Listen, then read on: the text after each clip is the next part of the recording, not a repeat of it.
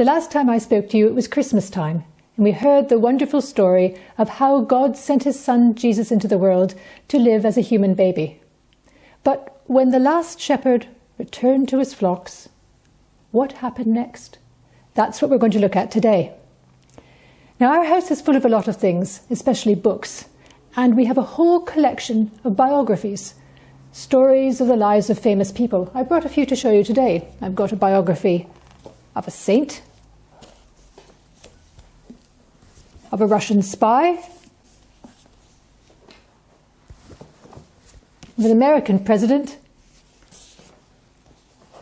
and of my father-in-law. He had a very interesting life, and we wrote the story of his life. I'm going to give you several challenges today, but one of them is this. Do you think you could write a biography of someone you know? Find out all about their life, write it down, write down their life story. Was there a biography of Jesus? It's an interesting question. The answer is not exactly. Nobody sat down and wrote the life story of Jesus from beginning to end. But we have a lot of information about the life of Jesus, and that's where we can start to put together the picture of the biography of Jesus. Where do we begin? Well, we begin with the Bible. Now, the Bible wasn't written as a history book, but all the stories of Jesus are in it. And those stories are found in the first 4 books of the New Testament. Remember, the Bible is divided into 2 parts, the Old Testament before Jesus and the New Testament after his birth. And the 4 Gospel writers, St. Matthew, St. Mark, St. Luke and St. John, all contain a record of what Jesus did and what he said. But we can also look at other historians, because the stories of Jesus were happening at a time that we know about from other writers. Caesar Augustus, he's in the Christmas story, but you find Caesar Augustus in Roman history too. And other histories can help us fill in the gaps in the Bible stories. For example, one of the stories in the Gospel of Luke begins in the 15th year of the reign of Tiberius Caesar. Now, we know from Roman history that Tiberius Caesar began to reign in 14 AD, so we can give a precise date to what happened in the Bible because of other history.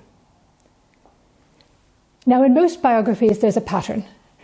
The biography writer starts by talking about the background of the famous person, who his or her parents were, where the person came from, when the person was born, maybe something a little bit about the history. Do we have that information about Jesus? We do. So we turn to the Bible. And if we look in Luke's Gospel, we found, first of all, the name of Jesus' parents, Mary and Joseph. Matthew's Gospel starts with the complete family tree. I don't expect you to sit and learn this now, but there it is. Here's another challenge. Have you ever done your own family tree? Matthew's Gospel tells us what work Jesus' father Joseph did, and we know that he was a carpenter. We don't know a lot about Mary's family or about her life before her marriage, except that amazing story where the angel comes to Mary. Where was Jesus born? We know that from the Bible too. He was born in Bethlehem. Here is Bethlehem in a world map. You can see Long Ashton on one side, and way over on the right-hand side of the Mediterranean, there's Bethlehem, in the middle of what is now Israel. And here is a map of modern-day Israel, so you can see exactly where Bethlehem is. It's marked by the red star here. As for when Jesus was born, well, our whole system of counting years starts from the birth of Jesus. Now, biography often tells some kind of interesting story about the person's very early life, and the biography of Jesus is no exception. The wise men. Just imagine the reaction of everyone in the little town of Bethlehem when the wise men, the Magi, those fantastic characters from the East, arrived in town. This is a story that would have been passed around and shared and written down, and so we have it in our Bible, in Matthew's Gospel. But we already know about the wise men from the Christmas story. What next? Well, to begin to answer that, I want to go to the very end of the very last Gospel, the book of John. John says something interesting and important. He says that all the books in the world itself, couldn't contain all the stories of all the things that Jesus did. So there has to be a choice. Now, how was that choice made of which stories to put into the Bible? Let me give you an idea of how people choose which stories to use. Here's one artist's idea of the first miracle done by Jesus at the wedding of Cana. It's an incredibly busy picture. It might take you a while even to find the figure of Jesus in the picture. He's there, and his mother Mary is there too. There's so much going on. Have a look at the richness of this picture. Have you found Jesus now? Now in this picture I've focused in on Jesus and Mary so you can see them closely. But I've got a test for you. I want you to go back in your mind to that very big picture with all the people in it and tell me, what can you remember about the big picture? I'll just ask you 2 questions. Were there any animals in the picture? Did you see any musical instruments? What else can you remember from that picture? Each one of you might remember different things. If you love animals, your eye might have gone immediately to the dogs. If you play the violin, you might have looked at the musical instruments. Did anybody spot the bride and groom? We're going to go back to the big picture for a minute so you can have another look. You'll see the dogs. There they are. There are 2 in the middle, but there's one over on the left-hand side, and there's a little tiny one looking down from above. You might see the cat. There's a cat on the table on the right-hand side of the picture, a little tiny one. The bride and groom are on the far left. And of course, the musical instruments are right there in the middle when you look at it. But each person focuses on different things in a busy scene. Each person remembers them in their own way. And a person's whole life will be much, much busier than just one picture. So the people telling the stories of the life of Jesus, would all tell them in their own ways. And that's why the 4 Gospels are all a little bit different. Now let's go on. What did the Gospel writers choose? What did they choose from all the stories of the life of Jesus to put in? Well, St. Mark and St. John say nothing at all about Jesus' birth, nothing at all about his childhood. They only focus on his adult life. It's what they thought was the most important. Or perhaps those are the stories that other people gave them. That's what they used. So we have to turn to the Gospels of Matthew and Luke to talk about Jesus' birth. And from them we discover a few stories about his early life too. The stories aren't exactly the same, but they're quite close, and we've talked about why they might be slightly different. So let's start with St. Matthew. Matthew told us about the visit of the wise men, but he also brings in another character, Herod the king. And here the history books say the same sort of thing that the Bible does. There was certainly a King Herod who ruled this bit of the world. He was appointed by the Emperor Augustus. He had a bad reputation. He spent enormous amounts of money. He was reputed to have secret police. They banned all protests against him. He built a lot of things, but most of them were forts to protect his family in case things went wrong. And it also seems that he murdered some of his own close relatives. Now Matthew's Gospel tells us that Joseph was warned about Herod and he was afraid about him. He was worried that he might be jealous of a new baby king, Jesus. So Mary and Joseph and Jesus left Bethlehem quickly. And they travelled into Egypt. It wasn't that far, maybe about 70 kilometres to the border. The pyramids would have been there at the time. The family would have had to cross a desert, and the sights when they got to Egypt would have been very different from those in Israel. But there were a lot of Jewish communities in Egypt, so Mary and Joseph probably had friends that they could stay with. Matthew's Gospel tells us that the family stayed in Egypt until King Herod had died, and we know from other historians exactly when that was. When Herod died, Joseph was told in another dream that it was safe to go back to home. And so he did. They probably went along the seacoast this time, and then over to Nazareth, the place where Mary and Joseph had lived before they were married. Now let's go back to St. Luke's Gospel. He tells about a different part of the story. He tells the bit where Jesus was 40 days old and was brought by his parents into the temple, where they met Anna and Simeon, who recognized that he was very special. Luke doesn't talk about the story of the flight into Egypt at all, but the 2 Gospels come together when they get to Nazareth. Because in Nazareth, the family moved, and that's where Jesus had his young life. From the time he was about 3 until he was an adult, he lived in Nazareth. Here's a picture of Nazareth. The country around looks like this. It's fairly flat and quite dry. This is what the village might have looked like. It was a small place, only about 1,000 people living there. By contrast, there are about 6,000 people living in Long Ashton. So in Nazareth, everybody probably knew everyone else. Now, lots of people have told stories and painted pictures of little Jesus in Nazareth helping his father at work, learning to be a carpenter. We're not sure. He probably did do that. A lot of sons followed their fathers into their occupations, maybe a little bit later on. You see, none of the Gospel writers actually say anything about his life. From 3 until 12, there's a little bit of a gap. But we know from other stories, from histories, what other boys in Galilee would have been doing at that time. Jesus was a little Jewish boy, and all Jewish boys in Galilee did exactly the same thing. It's written in the Jewish writings. They all went to school.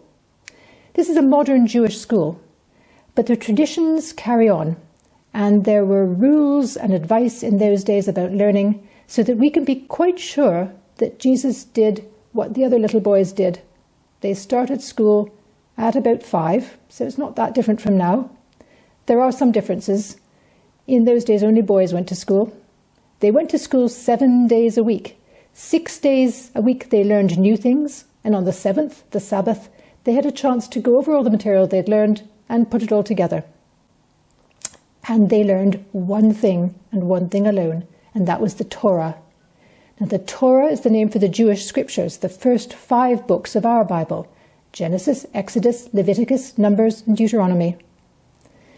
The Torah was written in Hebrew, and here's the Hebrew alphabet.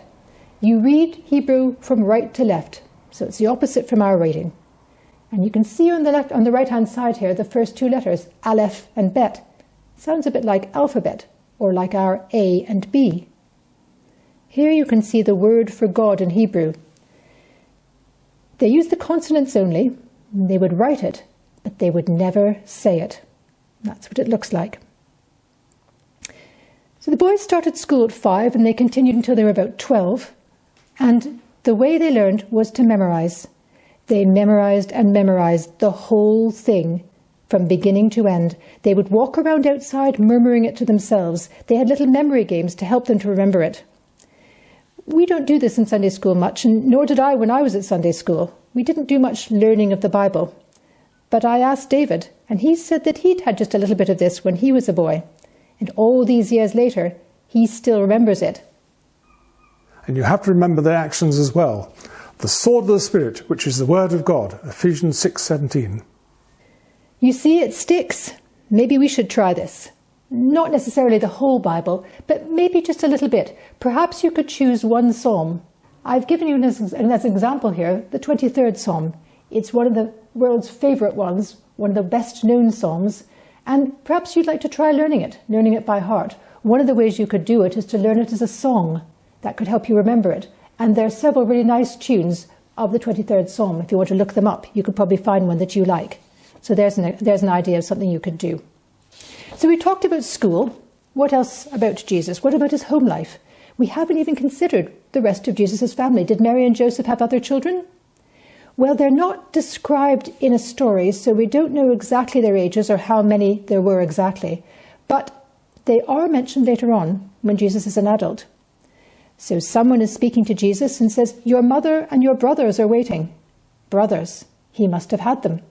And more than one. Somebody else is talking to a friend and says, "Oh, Jesus, he's the one whose brothers are James, Joseph, Simon, and Jude. And his sisters are all with us."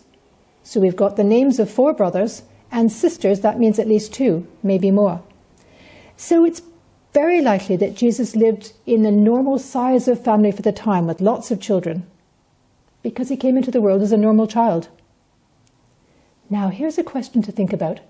What was Jesus like as a child? What was he like at school? Did he know all the answers to absolutely every question? What was he like with his brothers and sisters? Did he ever get angry with them? Did he ever resent them? Were there quarrels in the family? Or was Jesus a perfect child? But what would a perfect child be?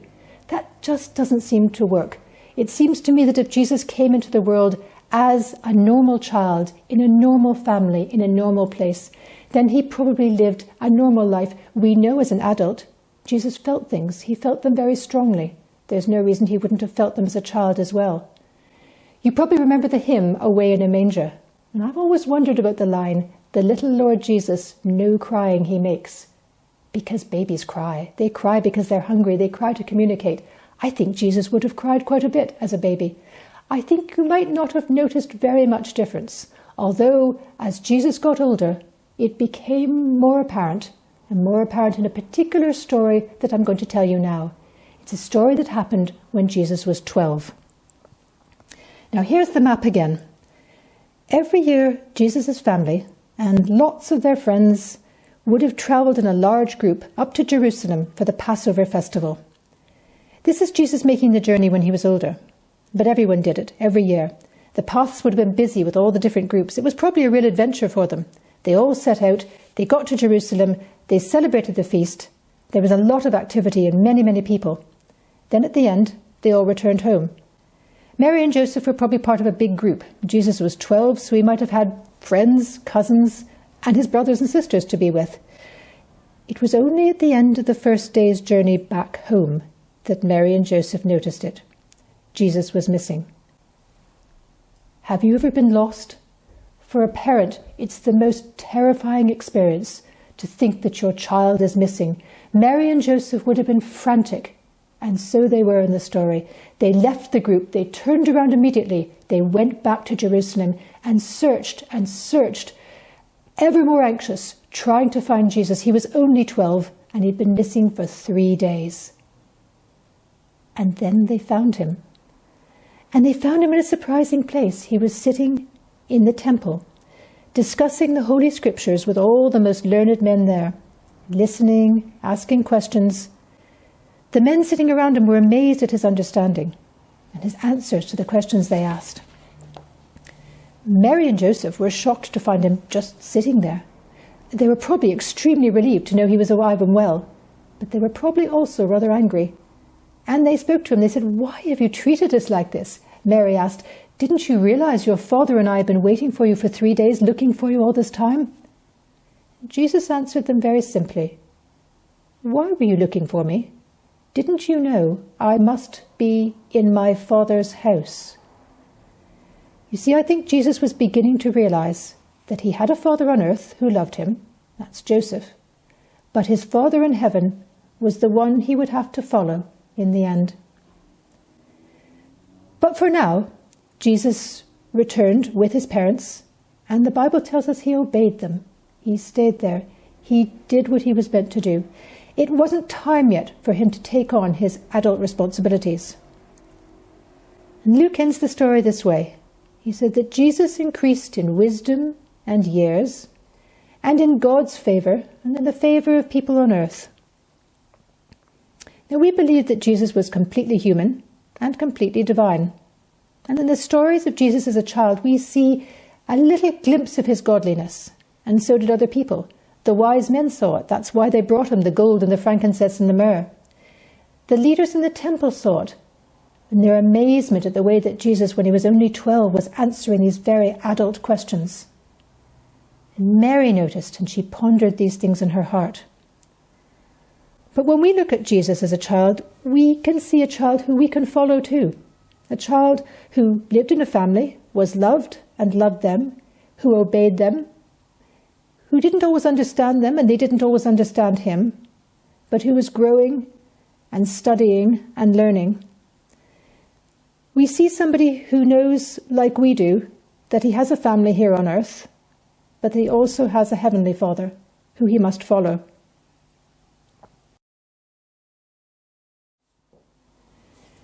For a craft activity, I thought it would be interesting to try to make a Torah scroll, just like the one that Jesus studied.